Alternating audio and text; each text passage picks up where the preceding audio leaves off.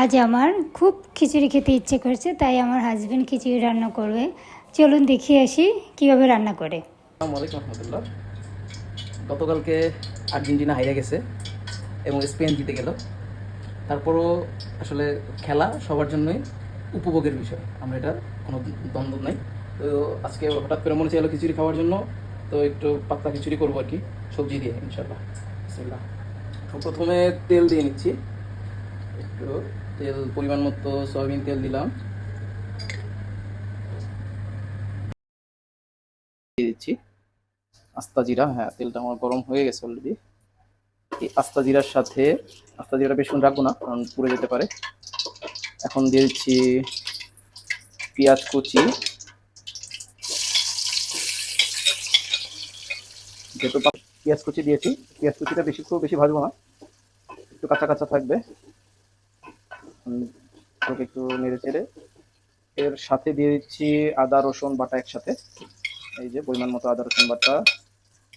ওকে ওকে এখন দিয়েছি পরিমাণ মতো লবণ দিয়ে এখন সুন্দর করে মশলাটা আমি একটু ভাজি করে নিব, পেঁয়াজটা আদা রসুনটা।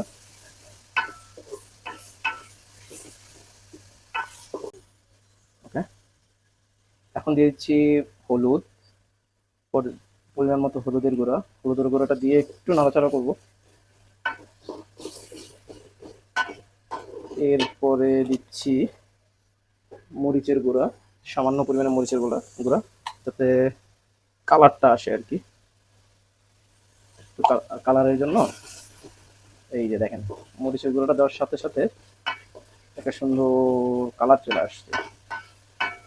এই মশলাটাই আস্তে আস্তে কষতে থাকবে। আমার মনে হয় আর একটু মরিচের গুঁড়া দেওয়া প্রয়োজন, দিলাম আর একটু মরিচের গুঁড়া।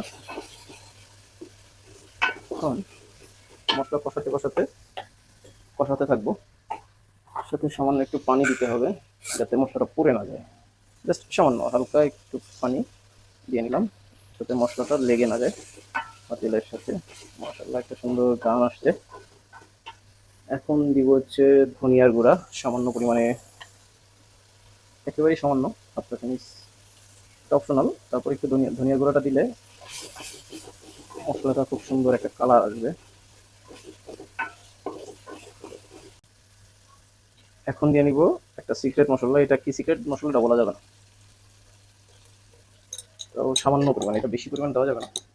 থাকবো নাড়ার ফাঁকে যাতে পুড়ে না যায়, এই জন্য আরেকটু পানি দিচ্ছি, সামান্য পরিমাণ পানি দিয়ে দিলাম, মশলাটা পুড়বে না। মশলাটা খুব সুন্দর কষানো হয়ে যাচ্ছে। এর সাথে এখন আমরা দিব, এখন দিয়েছি ডাল, মুগ ডাল। আমি কিছুক্ষণ আগে এটা ভিজিয়ে রাখছিলাম, সুন্দর মতো পরিষ্কার করে হালকা একটু ভিজিয়ে রাখছি। ভিজিয়ে রাখলে কি হয়, ডালটা নরম হবে, দ্রুত সেদ্ধ হবে।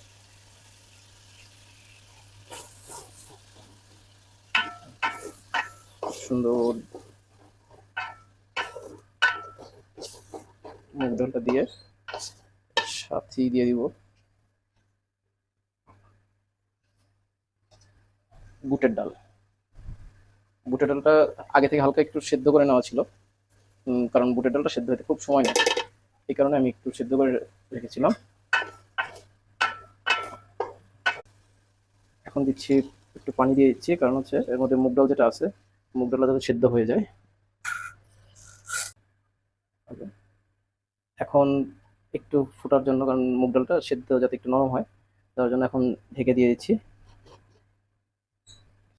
জি, প্রায় মিনিট 10 দমে রাখার পরে এখন দেখতেছি আসলে কী অবস্থা। ঢাকনাটা উঠেলাম, মাশাল্লাহ ডালটা পুরোটা সেদ্ধ হয়ে গেছে। একটু হাত দিয়ে নরম হয়েছে কিনা চেক করুন। হ্যাঁ, মুগ ডালটা মাশাল্লাহ একেবারে নরম হয়ে গেছে।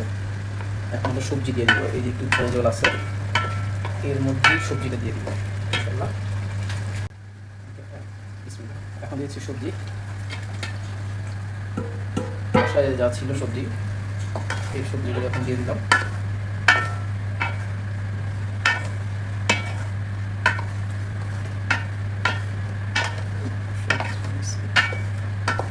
সবজিটা একটু মাথায় দিব সুন্দর করে।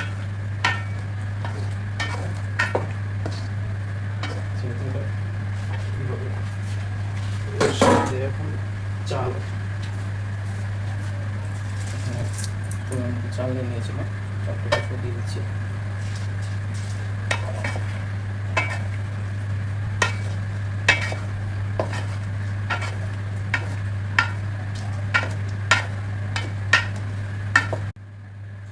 কাঁচামরিচ দিয়ে দিচ্ছি। এর সাথে একটা সিক্রেট জিনিস দিব, সেটা হচ্ছে একটু এখন পর্যাপ্ত পরিমাণে পানি দিয়ে দিব।